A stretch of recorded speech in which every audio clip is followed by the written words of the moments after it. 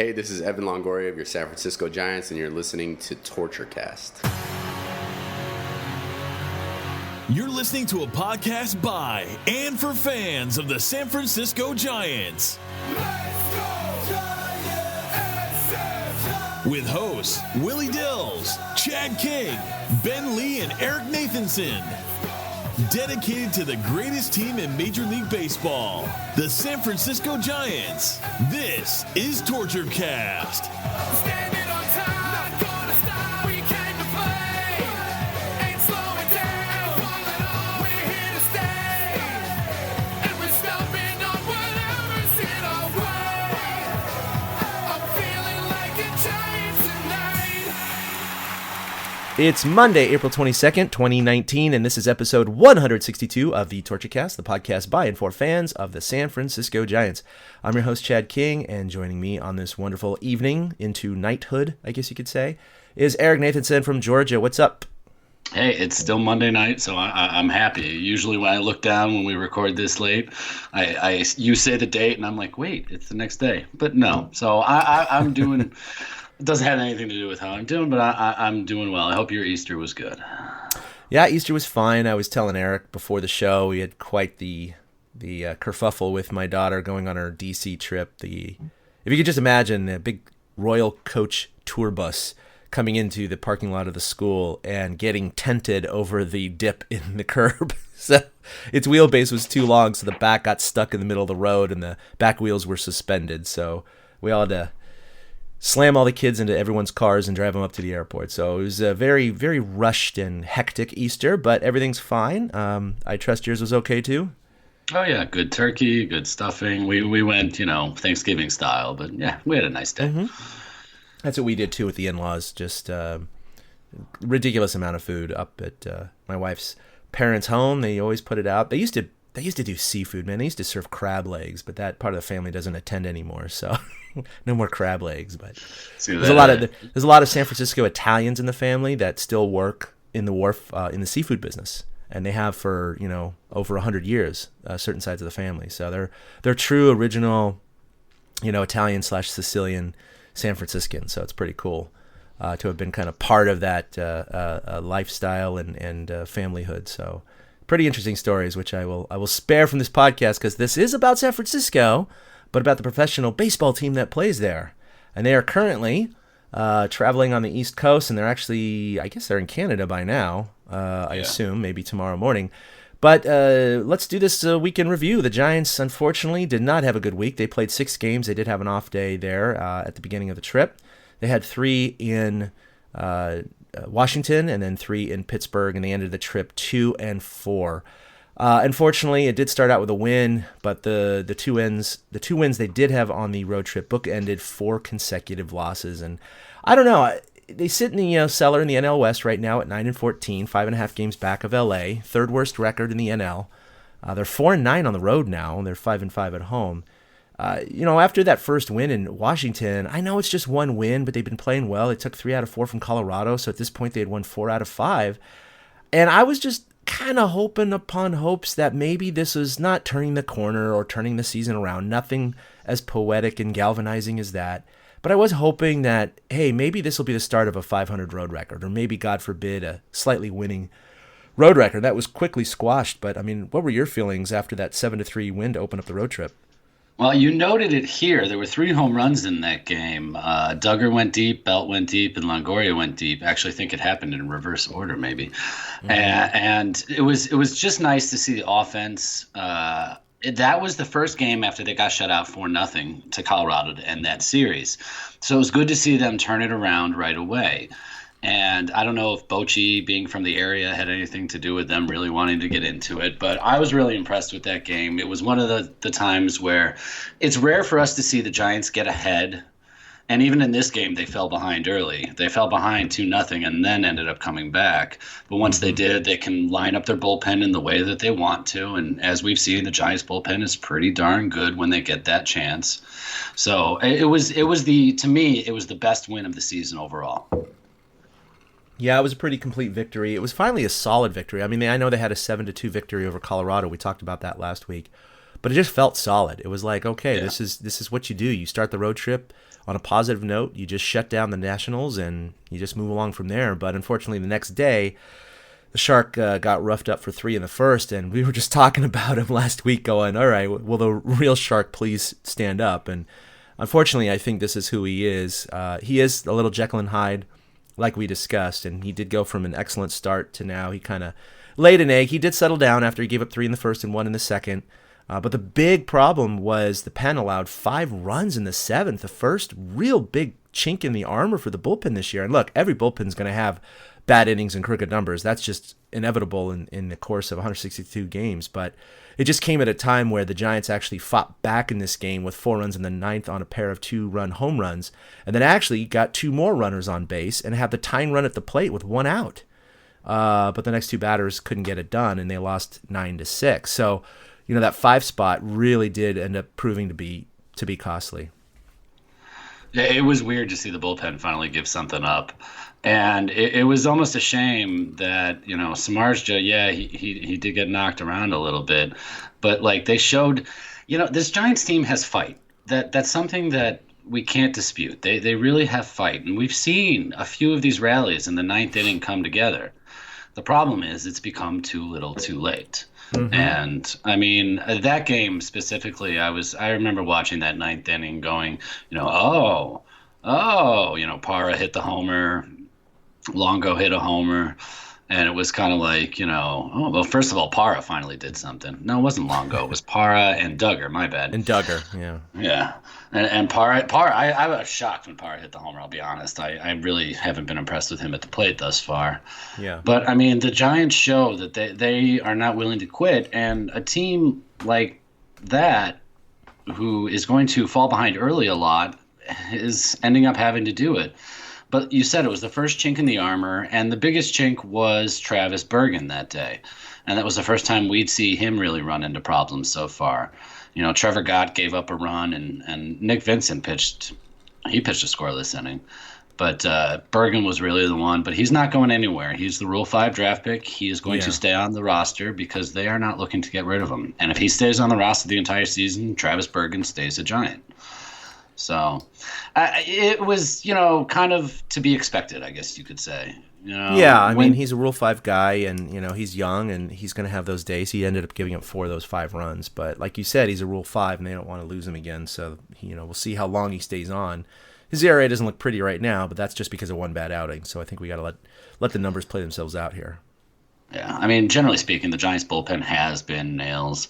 And it's just unfortunate that the day they needed the bullpen to step up because they put together a late rally, it just didn't happen. The Giants are having a tough time getting every facet of the game to be put together at the same time. Well, again, when granted they scored 4 in the 9th, but they went in down 9-2, and you thought, okay, this game's over. I'm sure most people turned it off, but I did. To see them rally to have 4 runs and then put the tying runs, bring up the tying run to the plate. Again, it wasn't a blowout technically. I know their bullpen kind of blew it, but again, they're not getting blown out in these games. They're 15 now, 9-14 right now, 5 games under 500, but they're not getting blown out. They're losing close games. They're winning close games. They're on that thin edge of the razor, and they just need a push in the right direction. And unfortunately, and I'll get to this later after we review all the 6 games, but their hitting wasn't explosive this week, but it was much better than it has been. But coincidentally, their pitching was much worse than it has been. So they kind of offset each other, and therefore you still had a 2-4 week. If their pitching was like it had been before, I think they would have been 4-2 this week. Yeah, but they not playing in the friendly confines of Oracle Park is where that comes into play. Usually the pitching seems to be able to shut it down at home and not so much on the road. Unfamiliar mound, bullpen and then out on the mound. So it stinks that stuff like that happens. But, I mean, they look – again, competitive is the word I keep coming back to. Mm-hmm. So, Shark had a tough time. And then Thursday, they lost 4-2. Pomeranz started. And he only lasted 4 2/3 innings because, I said it to you right before the show. You noted it on the next game. But Pomeranz had a problem getting the third out of an inning. And it cost the Giants a victory, in my opinion, because every first 3 runs of the game, bottom of the first inning, Pomerantz gets strikeout swinging, strikeout looking.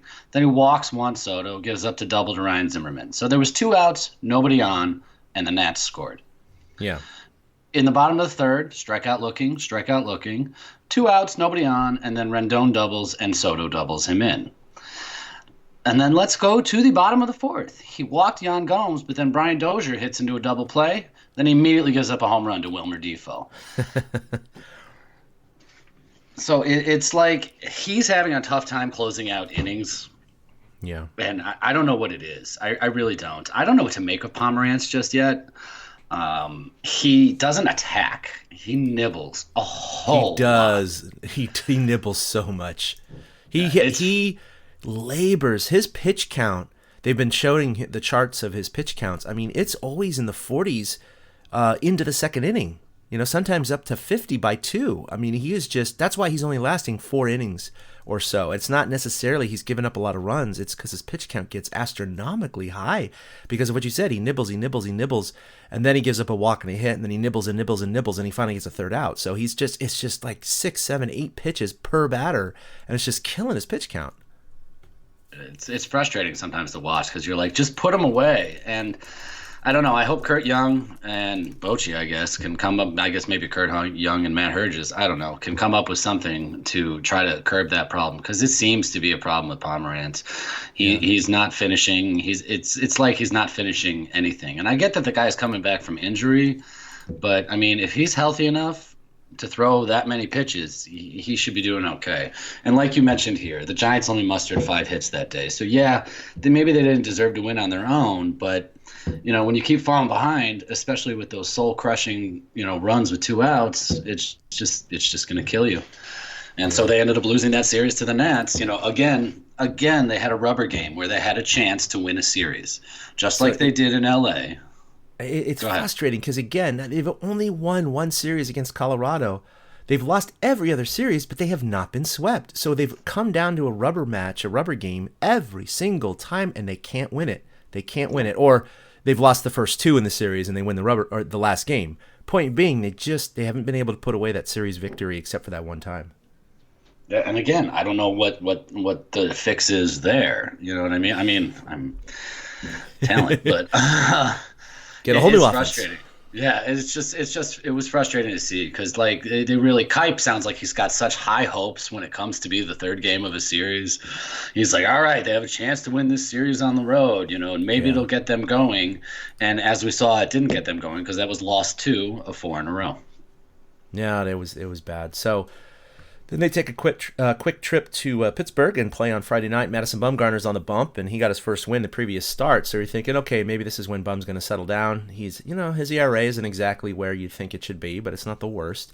But sure enough, right in the first inning, things went bad. With 2 outs, you had Cervelli doubling in 2 runs. Then the very next batter, Pablo Reyes, singled in another run, and then the very next batter, J.B. Shucks, singled in another run. All these 2-out hits, like you were just referencing, it just killed him this game. And what's sad is after that, he completely shut it down. Bumgarner had no issues whatsoever. He ended up pitching 6 innings, giving up 6 hits. 4 of them were in the first inning. All 4 runs were in that first inning. And so after that, he just shut him down. And it's like, what happened in that first inning where Bumgarner could not get that 3rd out before the bleeding stopped? And it's always talked about with great pitchers, and I don't know if Bum can be put in the great category. He's a very good pitcher. He's great when it matters. But it's great when it matters, but yeah. Right. They always talk about getting the great ones early. And that was not the problem for this start because he started out with a line out and a ground out, which, if I'm not mistaken, I think Longo made a great play on a Melky ground ball. But then he walked Gong. And then Bell got it rolling. And like you said, Cervelli, Reyes, Shuck got it finished off. But it's like that wasn't the case of getting the good one early because it was a self-inflicted wound by Bumgarner by walking Gong with 2 outs and nobody on. Walking and it's Gong also was the bad thing, yeah. It absolutely was. And once again, if they don't fall behind, granted they only scored 1 run, and again, it didn't come until the 8th inning. But I mean, who's to say how different the game would have gone had they not fallen behind 4-0? I know that Jordan Lyles was pitching decently, but I mean, Jordan Lyles is not a shutdown pitcher. It's not like facing Tyon, who they face the next day. So, with Bumgarner, again, he's doing the same thing Shark's almost doing. He's being a little Jekyll Hyde right now. And I don't know if that's because this is the first time. I mean, last year he was injured, so he missed the first, couple months, so he didn't have the rhythm of getting into a season. Or maybe Bums just doesn't have it as much. I know he's lost a couple ticks on the fastball, but he's working in the curveball more, and he's throwing that cutter a lot more. But, Yeah. Maybe he's just not that top tier pitcher anymore. But then he goes for the next 5 innings and shuts them down and totally flies in the face of that. So, Yeah. it's all self-inflicted wounds. It really feels that way. And that's what happens with bad teams. Bad teams will shoot themselves in the foot more than often than good teams will. And many games are lost more than they're won. And I think the Giants are a prime example of that lately. So Saturday, they go ahead and that was a weird game, wasn't it? I mean, first of all, Derek Holland came in throwing he was nasty. I was watching that game. He looked good. He looked loose. He looked focused. He was dealing that day. But unfortunately, after the Giants tied it 1-1, they go into the bottom of the 5th, and Cole Tucker, one of their prized prospect infielders, got called up because of a couple of injuries to the Pirates. And, Holland made a mistake pitch, and he tipped his cap after the game and said, "Hey, congratulations to the rook. He hit a home run. Great for him." He had a 2-run blast to center field, did his curtain call, did this whole thing. That's why they were asking Derek Holland if he was upset about it. And he said, no, he hit a home run. No. It's his first major league hit, too, right? First major league hit. He had tons of family. His parents were there. The whole thing. Takes his curtain call. Right after that, lightning happens within a certain distance of PNC Park. Their lightning policy goes into effect. They shut down the game after 5. They wait 3 hours and 18 minutes and finally call it because it is an official game. So, Bruce Bochy, I don't have the exact quote in front of me, but he said, if we weren't having bad luck, we wouldn't have luck at all. And and I thought that was a great quote because that does seem, they just seem snake bit right now, Eric. I mean, okay, fine, you lose games off of, late inning bullpen stuff. You have bad called third strikes, which we didn't even address. My God, that whole thing with Brandon Bell and some of those calls that were 4, 5, 6 inches outside. I really legitimately think it affected the game and actually could have cost the Giants a win or so there. But for all that bad luck mumbo jumbo to happen, and then for a rookie to come up, hit a home run, get his first major league hit, and moments later the game gets called, as far as suspended, and then eventually gets called, so the Pirates win in official capacity. So the Giants don't even have the 4 innings left to come back from a 2-run deficit. It was frustrating. It was frustrating. So they only got 5 innings in, and it was enough for an official game. 2 things on that. One, we didn't even mention that collision that caused Brian Reynolds and Cole Tucker to get called up. In the Friday night game, I don't remember who hit the pop-up, but the shortstop of the Pirates, I believe Eric Gonzalez, and the center fielder Starling Marte crashed into each other, and it was brutal. They were both just on the ground. Like, I remember sitting up in my seat and just kind of being like, I think that guy shattered his collarbone, and it turns out he did. The shortstop, he's out for a while. Marte, the center fielder, had a bruised inner stomach wall or something like that, they called it. So the whole reason that those 2 rookies were even there was because of a freak accident that happened the night before. So it's really amazing the chain of events that set in the actions in baseball sometimes. Because if Cole Tucker's the shortstop, so if Eric Gonzalez doesn't get hurt, then Cole Tucker doesn't even get called up. And who knows what happens on that Saturday. I'm sure they still get called. And that was my other thing on this. It was a 5-inning game. And something I'm not sure all fans know, and this is just more informative than anything else, when it comes to rain and calling games, up until first pitch, the home team and the league have final say. Once the first pitch of a game is thrown, the umpire has final say on when the game is called. Now, the umpire might do that in conjunction with the MLB office as they're looking at stuff, but it's not like the Pirates tried to be sneaky. The Pirates didn't say, "Oh, okay, we just took the lead. Let's let this just go as long as we can, and then and then call it. It was entirely the umpire's decision, because as an umpire, I've like used that power before, and it sucks sometimes when you have to call games and people are pissed at you, but there's nothing you can do about it. So it's not like the Pirates pulled a fast one, but it sucked that the Giants, who have been hitting the ball later in games and have been getting into bullpens, didn't get that chance on Saturday. Because maybe if they did, we'd be talking about a 3-3 week. But then again, every game we're talking about could have flipped back the other way. So, like you said, like Bruce Bochy said, like my wife's father used to say, if I didn't have bad luck, I wouldn't have any luck at all. And that's pretty much the story of the Giants season so far. Yeah, it's really coming down, these games, because they are so close, really is coming down to just one play or two plays, and that was one play there. And so the next day, of course, they're trying to avoid their first sweep of the season against the Pirates. Derek Holland. Derek Rodriguez was on the mound, and he's been pitching pretty well as of late. The only blemish on his record is, again, the rookie came up, Tucker Cole, and hit a double down the line, and he ended up going on second, and I think it was on a 3-1 pitch. I don't know, maybe it's a 3-2 pitch. The next guy hits a 2-run bomb and goes up 2-0, and I was watching, because this is when I was at my in-laws, watching the game, going, oh, all these people just showed up, and then this bomb happened, and I blamed it all on them just for fun. I was watching the game, but this is what the Giants needed. They needed something to kind of spark, and here I'm going to go ahead and play a highlight for you. It's that one hard to center field. Reynolds sprinting back, looking up. It's gone. That's the big hit the Giants have been lacking, and that's the first home run in a long while for Buster Posey.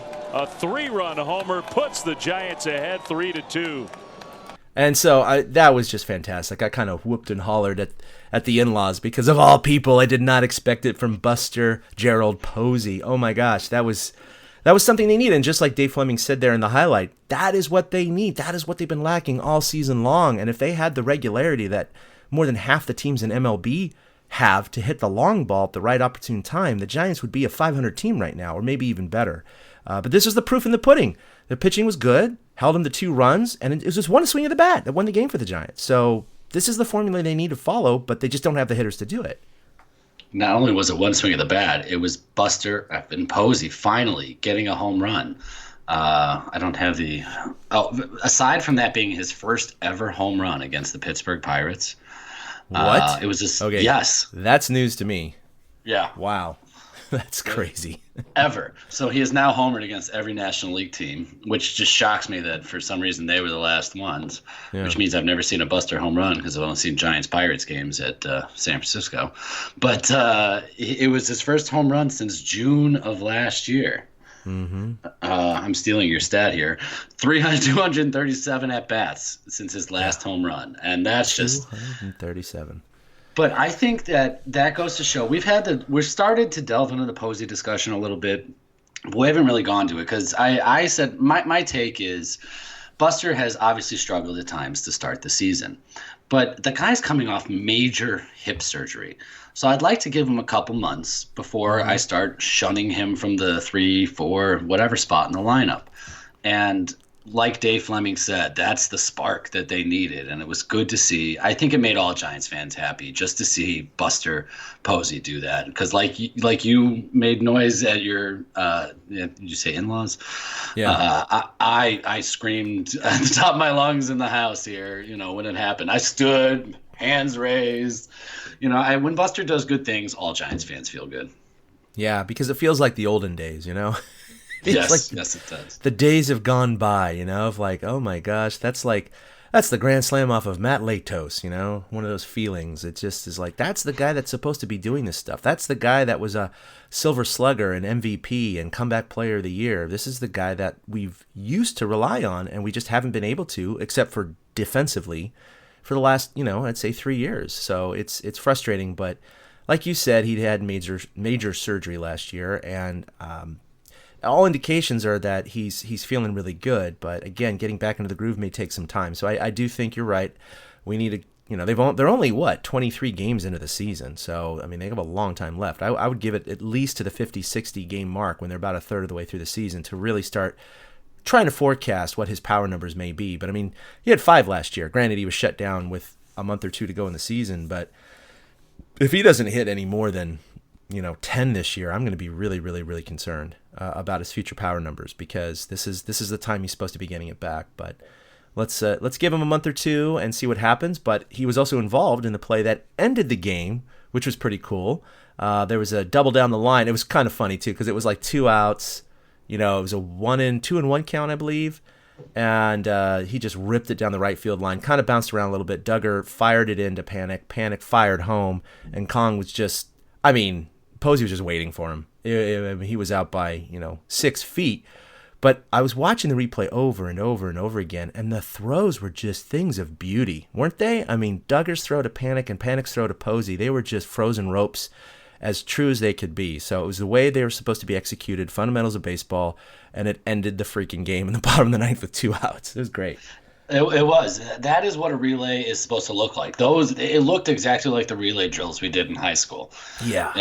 And he hit him in the chest, and Panic caught it on the correct side of his body, so his momentum carried him through and made the throw. And Panic didn't even have to make a great throw because Gong was so. How slow is Gong?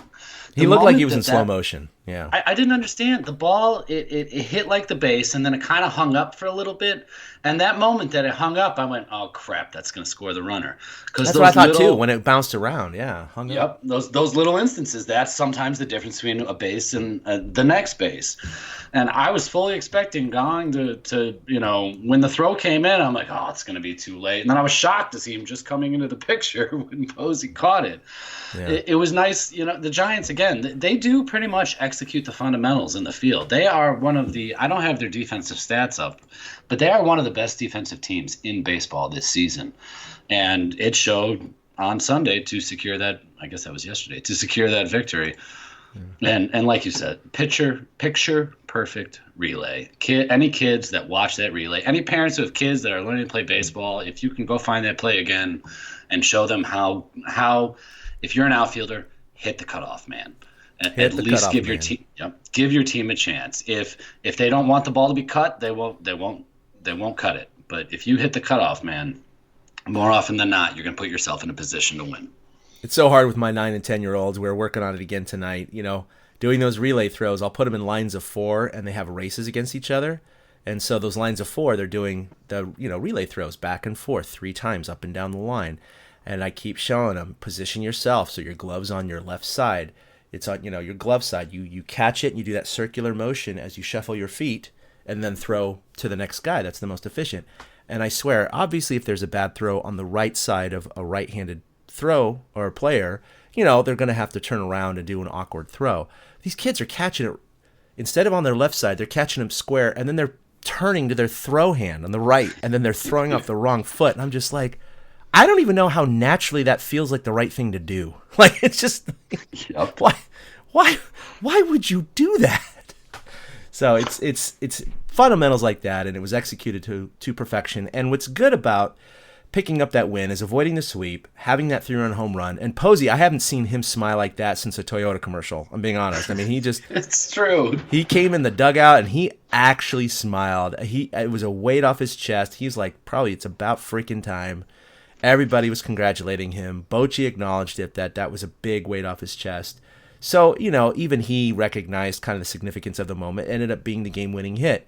So if he can get going, that would be great. But the Giants still have 2 games left on the road trip. So technically they still have a shot at going 500 on the road. So that's the way I was kind of imagining this road trip after the first win of the trip. Still could happen. It's still in play. We'll see what happens. Yeah, Toronto is no powerhouse, and the Giants will get the benefit of, I have to say it, using the DH the next 2 days. So they'll get Pablo's bat in the lineup because Pablo's been phenomenal. The guy's got 5 doubles, this year. 5 pinch hit doubles in 23 games? That's ridiculous. Yeah, he's been great. If it wasn't for Longo heating up a little bit here in the last week or two, I'd be like, okay, maybe Pablo can get a few more starts at third, but Longo's been, okay lately, and obviously his defense is really good. So, it's been phenomenal. Like I said before, the hitting definitely picked up this week, but the pitching was also worse, so they counteracted each other. The ERA for the entire staff was a 2.75 before this trip. It's now risen to 3.22. Don't panic. It's still third in the majors. Still a good number. That's, of course, combined pitching staff for the staff and the relievers. The relief staff still leads all of Major League Baseball with a 2.23 ERA. However, that's up almost a full half of run in just 6 games. We were just gloating about their 1.77 shiny ERA last week. Again, it was mostly from that 5-run inning and a couple of kinks otherwise. Their starters' ERA also rose from a 3.45 last week to a 3.82 on the season now. So both relieving and pit and starters did not do well this week. But the hitting, like I said, did go up a notch. They rose their team average 10 points from 199 to 209. That's still 29th in all of baseball. Yep. That for you, those of you that don't know, there are only 30 teams in baseball. So do the math. They're 29th. But hey, what are you going to do? But here's a crazy stat, and I think we recognized this at least a few games ago on Twitter. The Giants are now at 23 games to open a season without scoring any runs in the first inning. The MLB record to open a season is the White Sox at 28 games.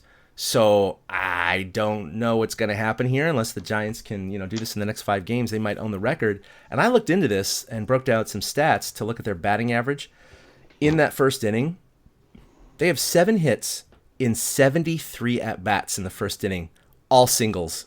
That's an 0.96 average.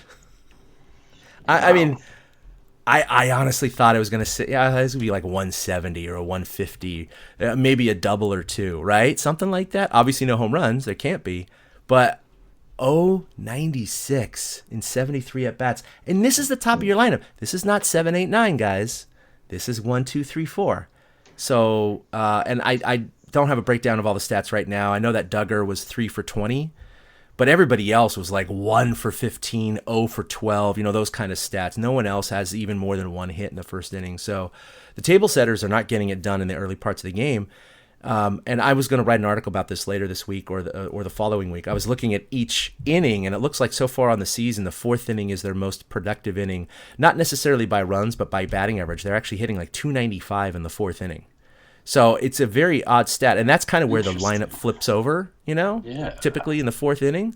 So it's like, what is it about this team where the table setters can't, hit the side of a barn door in the 1st inning, but in the 4th inning, they're okay. What's the magic to this? Have you noticed too that it's a lot of 1, 2, 3 quick 1, 2, 3 innings? It's almost gotten to the point where you just expect it. Sunday, they had a chance. They had runners. They had Parra on second base with 1 out, and Belt popped out, and Longo grounded out. Granted, it was a nice play by their third baseman. I think it was Gong, and then he took like 6 crow hops to throw it across the diamond, which was weird. He shuffled all the way across, but they finally had a chance. I think that was their biggest threat in the first inning all season, which I'm going to use the term is pathetic. Mm-hmm. So, it really is. And I don't know how you fix that. I don't know if that's a organizational approach to facing a starting pitcher early on. I don't know if the guys are either too antsy or too picky. I haven't, been able to pick it apart enough to find that out. But I got to be honest, I kind of want them to set the record now. I don't mind it because it's an obscure record. It's not like, right. It's no one's going to make a huge deal out of it. It's just a very odd thing. I mean, I know they're a poor hitting team, so they're going to have a higher chance of doing this than a normal team. But to see the discrepancy even amongst their own players across the entire game, they're like 100 points lower than any other inning, give or take. They're just, for some reason, the first inning, they're like deer in the headlights. And the significance of this is, if you're wondering, is instead of 9 innings to hit, they've essentially reduced their chances to 8 innings. They've reduced their chances to score 11%. I mean, it's very significant. When we're just talking about these games coming down to razor-thin margins, that's part of that razor-thin margin. If they were able to score a couple runs in the first throughout the season, they might have an additional win or 2. So it is a big deal. It's not like, just laugh at it. It is very significant, I think. It is, but on the laugh at it side, I kind of do. I mean, we didn't think that the 2019 San Francisco Giants would be historic, but they set a National League record. So there you go. I mean, we got something to hang our hat on for 2019. I even saw Flan on Twitter be like, "Screw it, go for the record now." Oh, did he really? Oh, that's awesome. Yes, it is. It's very funny to see a lifelong baseball man be like, "This is kind of fun. Screw it, just have that happen." I mean, it's frustrating, but it's kitschy. You know what? I want to see them break it on like some crazy inside the park home run kind of thing, or 2 outs, no one on. It's a little league home run where it's an error. They throw to first and it goes over the head, and they throw over third and he comes around and scores. Something like that, where it's like gifted to us. I actually have a feeling it'll be a Duggar leadoff home run. Yeah, it could be. Well, he's got 3 on the season, I think, or so. So he's not doing too bad for a leadoff guy. So he's shown some pop, which has actually kind of surprised me, which is good. You didn't know if he was ready, and he had that bunt hit to set up Posey's homer yesterday. And it was impressive to see him just go with the situation, go with the pitching. He apparently felt he was overmatched against Archer because he was in his first at-bat. So it was good to see him take it into his hands and just go with it. Duggar's shown just a lot of promise. That's why I think that, the strikeouts, there's a lot of strikeouts. There's a lot of strikeouts. Yeah, there's a lot of strikeouts. I think he leads the league in strikeouts. I might have to find that. Yeah, he had something like 20 at-bats this week. Had 7, I think, strikeouts, but still hit 292 with 2 home runs. So it's kind of like he's getting the hits here lately, but he's still giving up a lot of ABs. And, for a guy like Farhan, who prides himself on on-base percentage and OPS, the on-base percentage ain't too great with all these strikeouts and non-contact for a leadoff guy. But okay, he's got the most strikeouts in the National League. He does. My God. He's got 30 strikeouts in 91 at-bats. So 1 out of every 3 times he's coming to the plate, save, obviously walks, he's striking out. Isn't it weird to think that a Major League Baseball player's strikeout average is significantly higher than their batting average? I mean, when we were kids, that wasn't even possible. It's the nature of the game. I mean, we don't talk launch angles and stuff like that on here as much, but it seems to be this generation's new thing, and I got no problem with that. I totally get that hitters today are looking at launch angle, and I agree. The studies show the more the launch angle kind of raises, the better percentage chance you have of getting a hit. Yeah. So I don't know if it's a system-wide problem, but Duggar is a product of that kind of stuff. So it's possible that's part of it. But he's a kid. I think he still has rookie status. I'm not sure. But I don't know how many at-bats he had last season. But for him to be getting – he's been thrown into the fire this year. So I can handle the strikeouts now. It's if the strikeouts are this prevalent come August, September, then we'll have issues. But I don't mind leaving him up the top of the order still because he's exciting. He gets things going sometimes. Like I said the other day, he got on with that bunt hit, which led to the Posey home run. So I like what I've seen from him so far, and the strikeouts will come down. Let the kids play. Except for Tim Anderson. Let's not go into that. That's a whole maelstrom of anecdotal and opinionated statements. Some of which I agree on both sides, to be honest, but I don't want to talk about that right now. Okay, so let's talk about who's hot and who's not. Who's hot? We just talked about Duggar. 292 this week with 2 bombs and 5 RBI. Longo at 286, Part at 294. Now, here's what's sad about this. These are respectable averages for a season. These are not hot averages for a week, a small sample size. Hot averages for a week are things like above 400, right? Because you have 20 at-bats, right? Oh, he went 8 for 20 this week. Because that will happen in Major League Baseball. Fans, this is what we're down to. This is the best of the best for a week. They're hitting almost 300 for a week, okay? This is what we got to go with. Pilar did hit 300 this week. He was 6 for 20. Yay! Still hitting under 200 for the season. But good week for them. This is where the offense kind of had a few notches up on the batting average. Melanson, he is, boy, we haven't even talked about him. He got crushed last year. He got crushed in spring training. Everyone is just like, he's washed up. Whatever. He's definitely not their closer right now. He's just in the mix in the bullpen, but he's doing whatever Bochy asks of him, and he's being quiet about it. And I think he's kind of learned his role, and he realizes he's not the man he used to be. He's not in the same position he used to be, but he's speaking with his arm right now, and he is extremely hot. He has not given up a single run in 10 innings pitched this year. In fact, he's only given up 7 hits and 3 walks, so his whip is an even 1.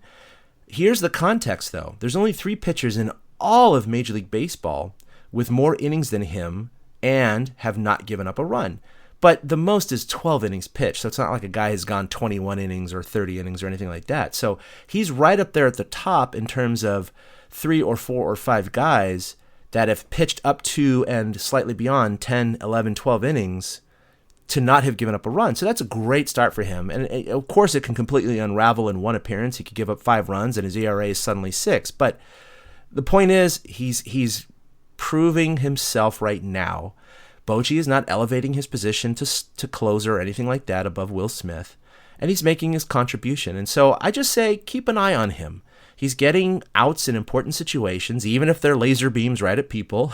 Okay, well, there's been a couple of those. But he's making his contribution. And so I'd say for all the Melancon haters, pump the brakes a little bit. Let's see what this guy does. He's using his strengths right now, as far as I can tell when I see him pitch. I mean, let's be honest. We've raked him over the coals on this show a few times. Absolutely. And I am so impressed. He is my favorite storyline of this season so far. He really, truly is. I love seeing him bounce back like this and kind of rub it in, I guess, our faces in a sense. He did something the other night. I don't remember which game it was, but he came in a 1st and 3rd, nobody out situation. He took over for somebody, and he pitched out of it.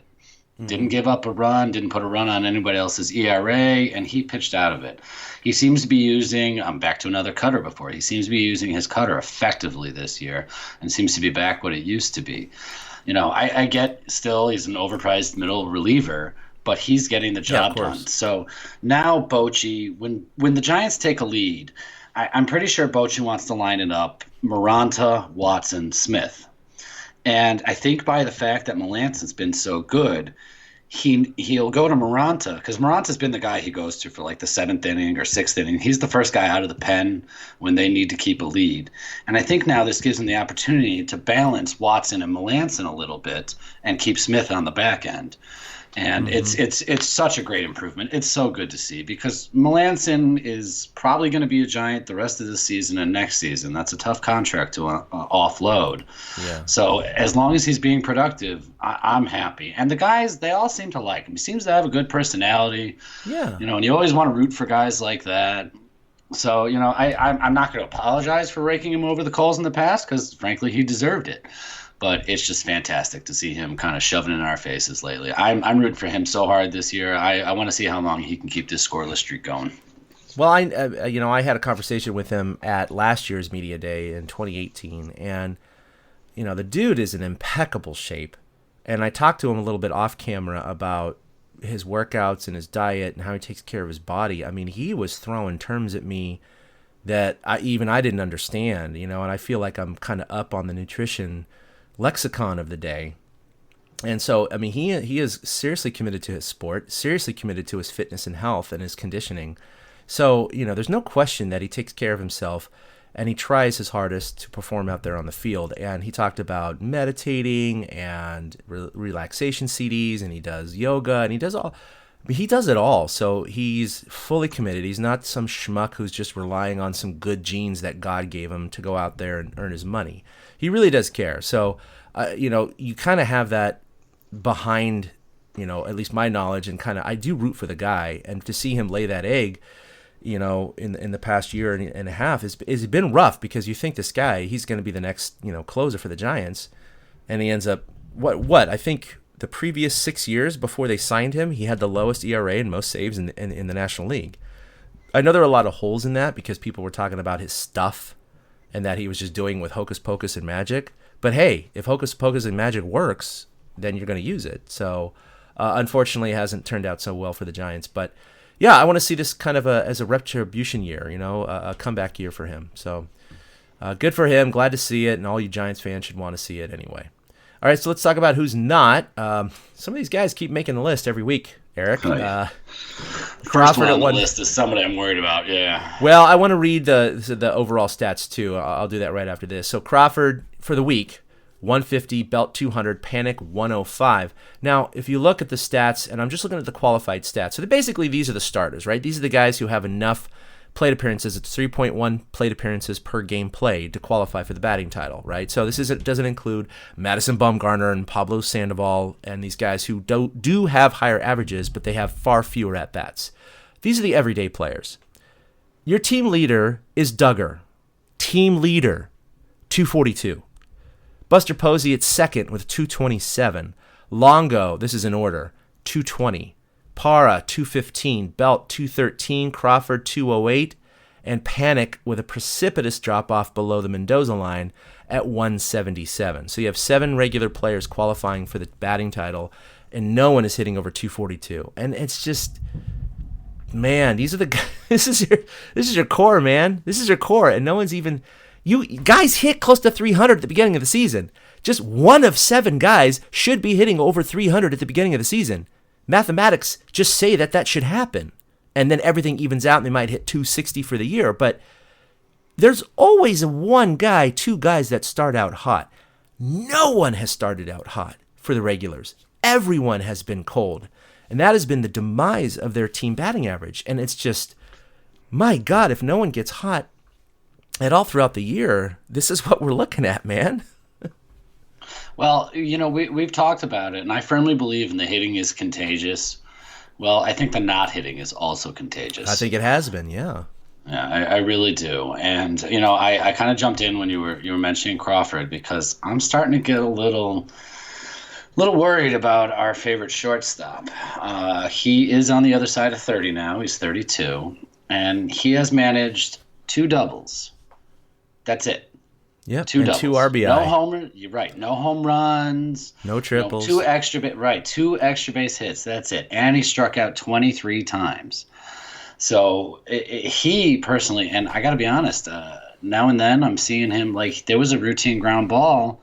I think in that 9th inning that could have been a double play to end the game that he booted to leave Kang on first to let him make that run for home. Well, I guess slow trot. And so I'm a little worried. Maybe we'll dig into this deeper on another episode, but if Crawford doesn't get it together. But I'm starting to get a little worried about Brandon Crawford, and I haven't looked at how long is left on his contract or anything like that. Yeah. It just seems like every time he comes up in a big spot, nothing's happening. It's hard to watch. And then you go to Joe Panic. Joe Panic was like, I thought he was the best hitter on the Giants a few years ago. He was the perfect number 2 hitter. He could slap the ball through. He could put one out of the park. He could shoot a gap. And I have no idea what's happened to him this season or last season. And the spring, him and Belt were hitting over 400. Yes, I know it's spring training, everyone. Calm down. But where did that go? Where did it go? Yeah. Where did that go? So, I mean, Belt, I can't get on. He's going to be Belt. He just is. And he totally got screwed this week. Yeah, he is. And he got screwed this week. I mean, you mentioned it earlier. He had some rough calls. First of all, Bochy gets tossed on a strike that's not a strike to Belt. Then Belt gets tossed on a strike that's not a strike to Belt. And it's just funny that Bochy's last game ever in Washington, in the area he grew up for a while, he got kicked out of. But it was just, it was some minor league fill-in umpire. It wasn't a regular umpire. I don't even remember the guy's freaking name. And I know a lot of the umpires. Like, I can identify umpires on site. And this guy, I had no idea who he was. I'd never heard of him before. And it just really struck me as a young umpire trying to say, you can't screw with me. But he was doing it wrong because the guy's strike zone was ridiculous. And it did affect the game. That game specifically, it did affect the game. And I like to say that, it can't be you have other opportunities. But if you keep taking the bat out of batters' hands, they're not going to have the opportunities. So that's why, like Belt, I don't necessarily worry about. He'll get on his hot streaks. He'll carry the team for a little bit. I mean, he leads the team with 4 home runs. So, him and Pilar. So he still has the power numbers. He's got, 9 extra base hits altogether. So Belt will belt. But I'm starting to get a little concerned about our chronic in the middle of the infield. And I wonder if there'll be a correction, or if in a couple months we might be, looking at different options. I don't have the stats up right now. I could bring them up. I remember last year he started off the season so hot. He was hitting over 300 most of the first half before he started that precipitous dip. But by then he had accrued so much momentum for the All-Star vote that he ended up gaining the starting nod. By the time the All-Star game rolled around, I think he was only hitting like 250, 255, something like that, because he started that precipitous drop-off. And then, by the end of the season, I can't remember what his final was, but it was like in the 230s or something like that.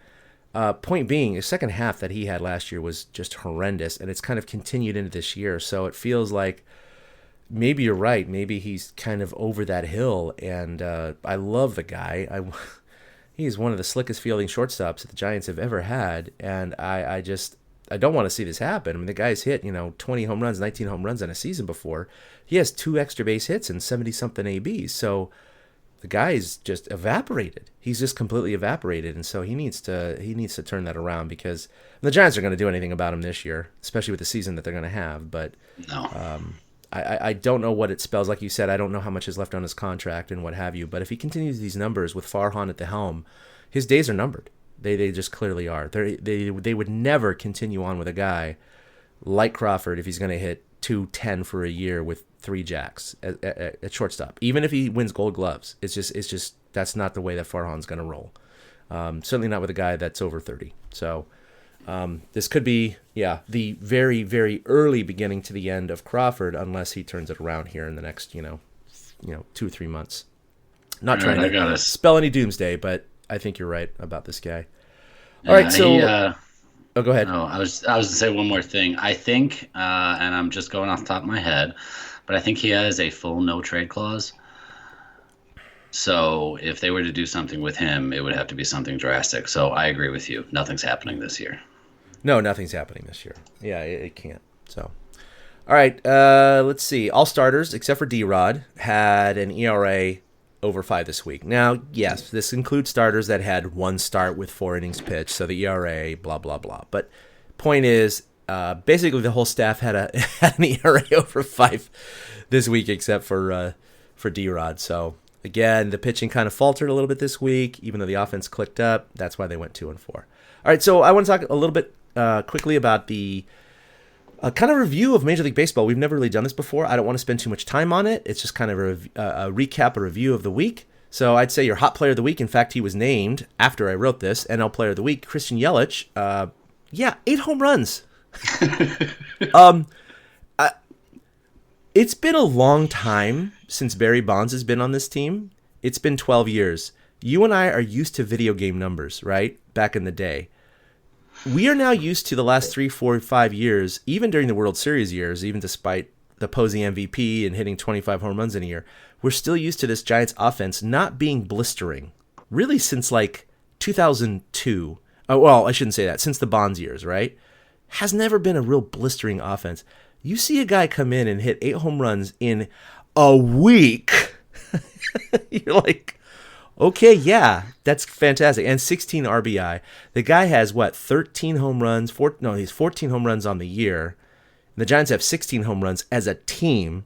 We're getting into ridiculous territory right now, Eric. I mean, again, the Giants are barely keeping ahead of the defending NL MVP, and we're 23 games into the season. This should not be happening, but he was fantastic. Astros have won 10 in a row before losing to the A's, and they've lost 3 out of 4, actually. Mariners have the best record in Major League Baseball at 16-9, and I just kind of wanted to do a quick review of the division leaders. Obviously, we know with the NL West, the Dodgers are up by a half game over the Padres and 2.5 over the Padres and 5.5 over the Giants. First place in the AL East is Tampa Bay, still 2.5 ahead of the Yankees. In the Central, we have Minnesota with a game ahead of the Indians. In the AL West, we have the Mariners, 1 game ahead of the aforementioned hot Astros. In the NL East, Philly is still a game up on the Braves and the Mets, a game and a half on Washington, so that whole division's pretty tight. Central, Pittsburgh, who the Giants just played, a game ahead of both St. Louis and Milwaukee, and then 2.5 ahead of the Cubbies. and then I talked about the West. So out of that whole string there, do you have anything that you wanted to kind of glom on and talk about, Eric? Two quick things. One, Seattle is kind of they're fun to watch sometimes, but I'll also be honest. We've been watching. I've been watching a lot of Texas Rangers games because of Hunter. Yeah, Hunter, I have too. Yeah, they're a lot of fun. They're a lot of fun to watch. And when it comes back to the National League, the Dodgers they look like the Dodgers again. I know. They look like the team that has won the National League pennant for the last 2 years. They're 7-3 in their last 10. They had won 6 in a row, then they lost 6 in a row, and you're thinking, oh, they're coming back down to earth, and then they won 6 in a row after that. So, yeah, they're back to being where we thought they would be. Yeah, and pretty much Tampa doesn't surprise me because the Yankees are dealing with so many injuries. The big surprise in the American League has been Boston. And the fact that they had a struggling start, but they've won 3 straight because these standings, I guess, I don't know if they played tonight. I didn't look. Well, at they the swept scores. Tampa Bay too.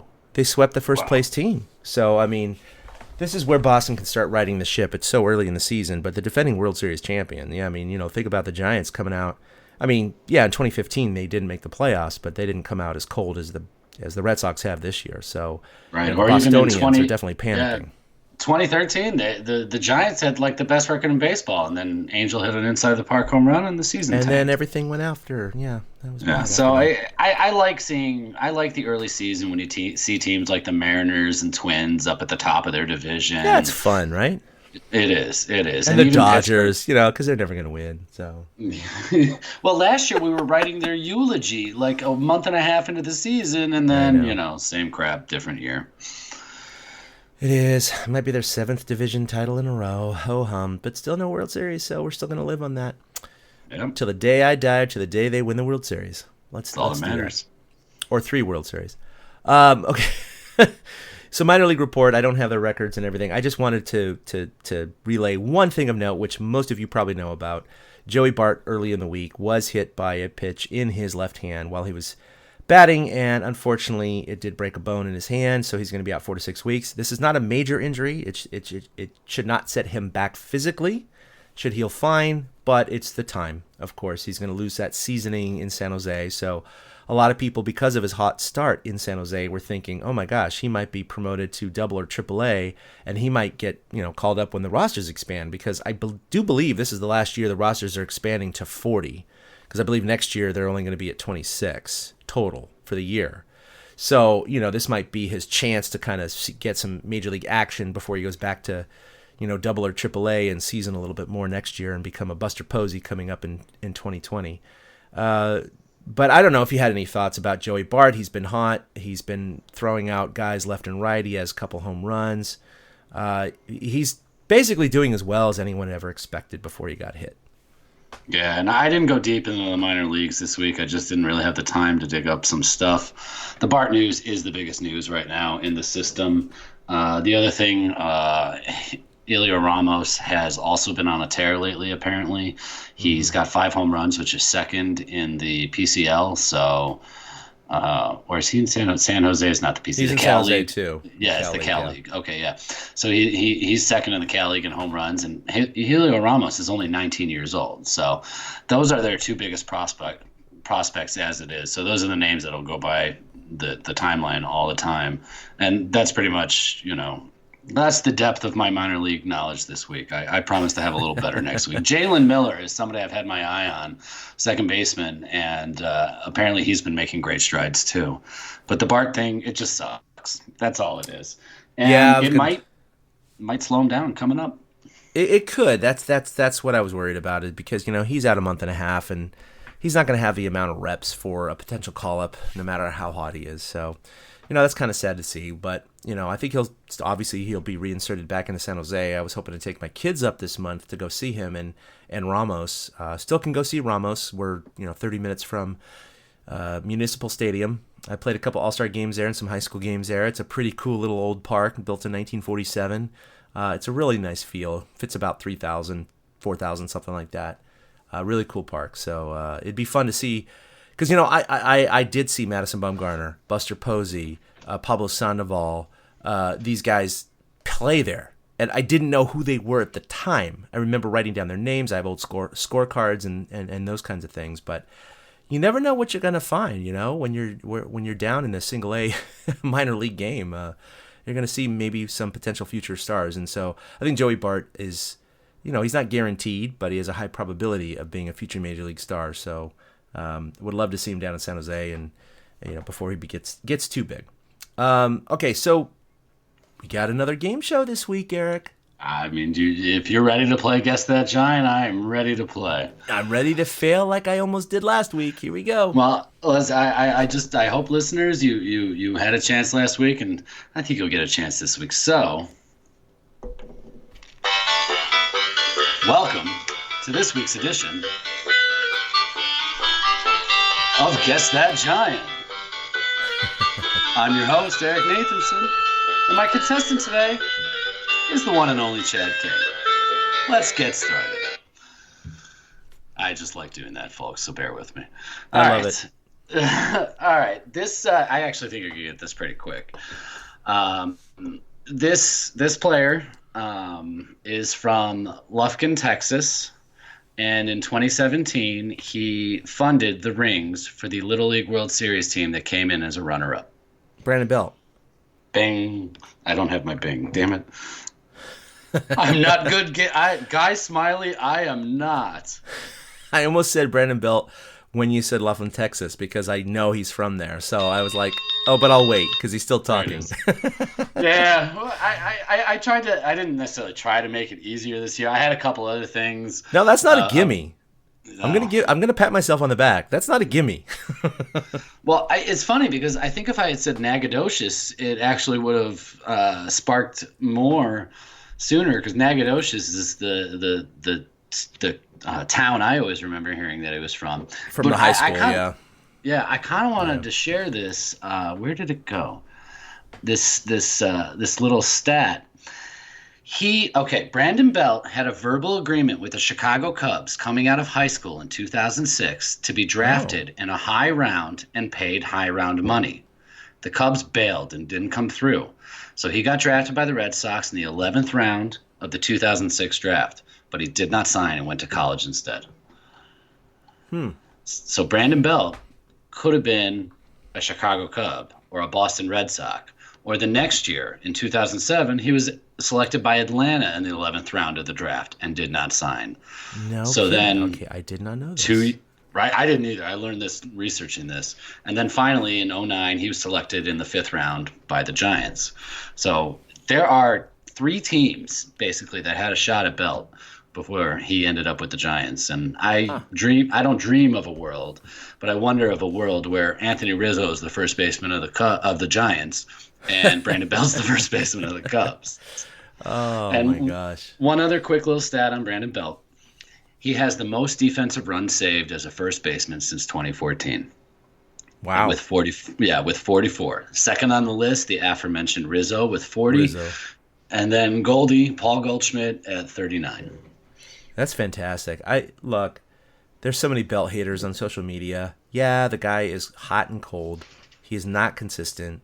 He's got holes in his swing, lots of strikeouts, gets injured, just walking down the street. But I love the guy. He is just the goofiest guy in the world, and he's a good hitter. He's pulled the Giants up by their bootstraps when they need to. He's had, momentous, moments in postseason history. He's not a consistent player, but he's an above average player. And I think fans just glom onto him in a negative context when he's in those ruts where he's going 3 for 50. It's just, and he strikes out and he slumps his shoulders, and it's like, look at the baby giraffe slumping his shoulders. I get all the memes. It's funny, whatever. But, overall, please, who else would you have considered over the last 5 years, guys? I mean, just be honest, okay? I mean, they don't have anyone else. He's above average. He's good. He's just not consistent. I think that's the biggest knock I can give on the guy. I don't think the Belt Wars will ever end until Brandon Belt is no longer in a Giants uniform. I think you're absolutely right about that. So I still love the guy. I'm glad he's still on the team. Unless they had some young phenom like a Joey Bart type first baseman knocking on the door. And that that could be what happens, everyone, ladies and gentlemen. I know Buster Posey's only signed through 2020, so he's only got a year left on his contract after this year. But if Bart is a guy who might see some action in May or June or July of 2020, becomes the primary catcher, and it forces Buster out of that position permanently, then you could see that move to first base, because Buster's one of those guys where it's hard to say, but because of his precipitous drop-off, but his ticket earning potential at the turnstiles, and him and Mad Bum, especially if he's traded, by the way, this year. Buster Posey is going to be like the only main name kind of tied to those 3 and 5 years. And there's going to be a portion of the marketing department that's going to want to keep him despite Farhan's objections. And so, maybe you could see something like, okay, we'll put Buster at first and, bench duty, and we're going to get rid of Belt. But I don't see that happening this year anytime soon.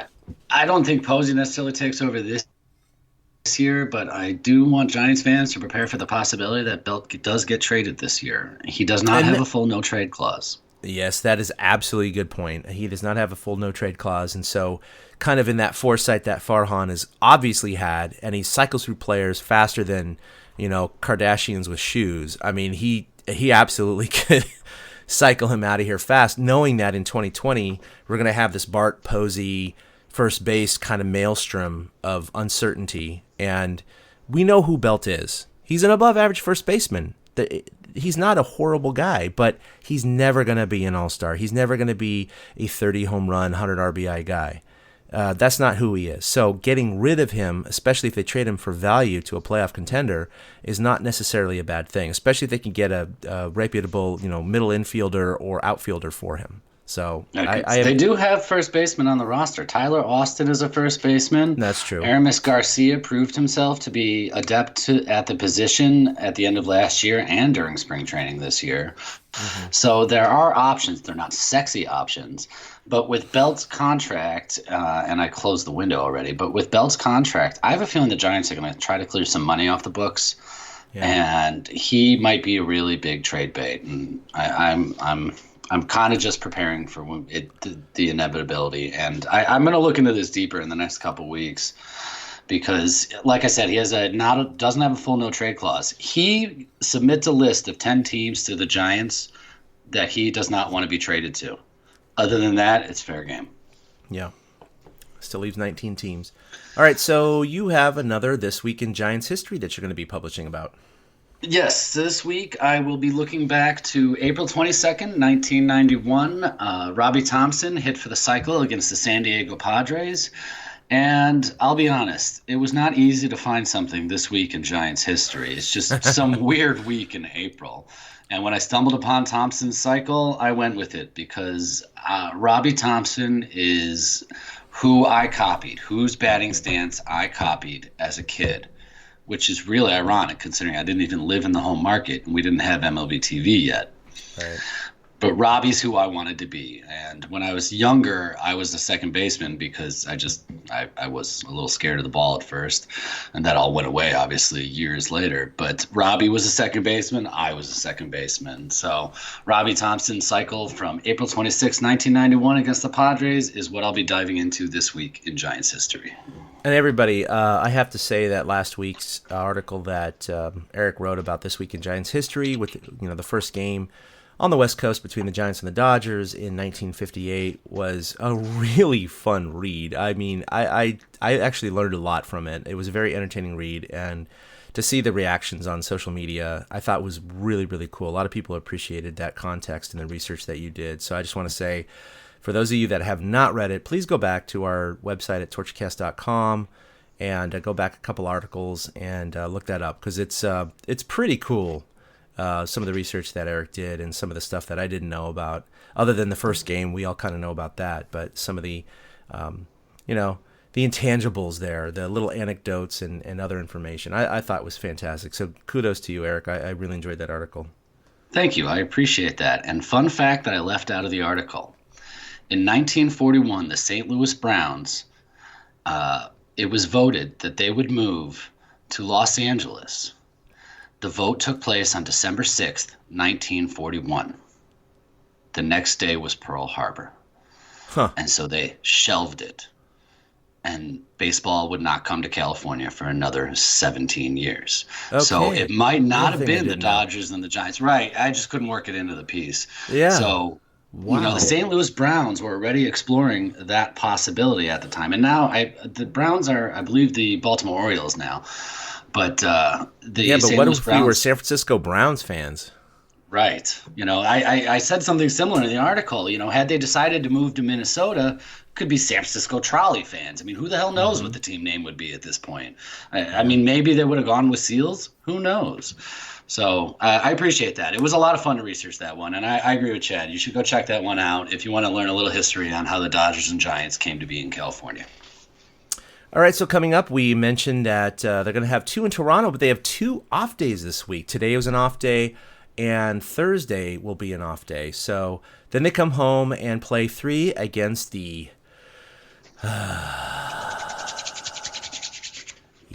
New York Yankees. I can't wait, though. I freaking hate the Yankees. I grew up hating the Yankees. The evil empire is visiting for the first time since 2007. I should have had queued up the dun dun dun dun dun dun dun dun. What's really cool though about this, and I'm going to publish an article this week, a little bit of part of Eric's This Week in Giants History, is I was at one of those games on that weekend in 2007. And what was so magical is the game I attended, which was planned, was Roger Clemens started for the New York Yankees. So I have these wonderful digital photographs with my then brand new Canon, DSLR against Barry Bonds, freezing the action between the two future non-Hall of Famers, should be Hall of Famers. The two Sucks. PEDs, henchmen of the day. But and shots of Derek Jeter and Mariano Rivera and others. And at the time, I thought it was cool. At the time, I realized how important this series was and this particular game was with Roger Clemens starting. But now I look back on these photos, which are pretty good photos. I hate to toot my own horn, shooting from where I was shooting from with a telephoto lens. Just as like, holy crap, this is awesome. I mean, it's not quite Cy Young versus Babe Ruth or anything like that, but I mean, it's like, this is awesome. So I'll be definitely publishing about that later this week because it's been 12 years since the Yankees have visited. They have this rotation that, we go AL East, AL Central, AL West, AL East, AL Central, AL West. And every 2 times you switch off between home and away, but there are certain teams that slip out of that rotation. So that's why it's been 12 years and not 6 since the Yankees have been to Oracle Park or AT&T back in the day. So it's going to be a great 3-day weekend series. I don't think I can cover one of those games from my family, schedule. I hope to. But even then, the Giants may tell me no because how much media is going to be attending that game. It's the Yankees series, right? Yeah, it's going to be Yankees. I mean, again, you get teams like this visiting. You get the Red Sox and the Yankees and a couple others. Obviously, the Dodgers, but they're in so many times during the year that there's enough games to attend or cover. But it's going to be fun. And the Yankees aren't that good right now. They're better than the Giants, but so hopefully the Giants have the opportunity to win 2 out of 3 against the evil empire. But look for that post. I was going to say back to Toronto real quick. That is the return of Kevin Pillar. Yes. And Travis Bergen, because that's where they took him for the Rule 5 draft. But the Giants there was talk this week that Vlad Guerrero Jr. was going to be called up. He's not.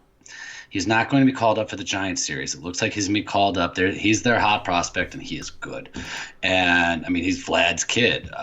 He's going to be called up later in the week. And this just bothers me. The reason he's not going to be called up is tomorrow night's Giants game is going up against Game 7 of the Toronto Maple Leafs Stanley Cup playoffs.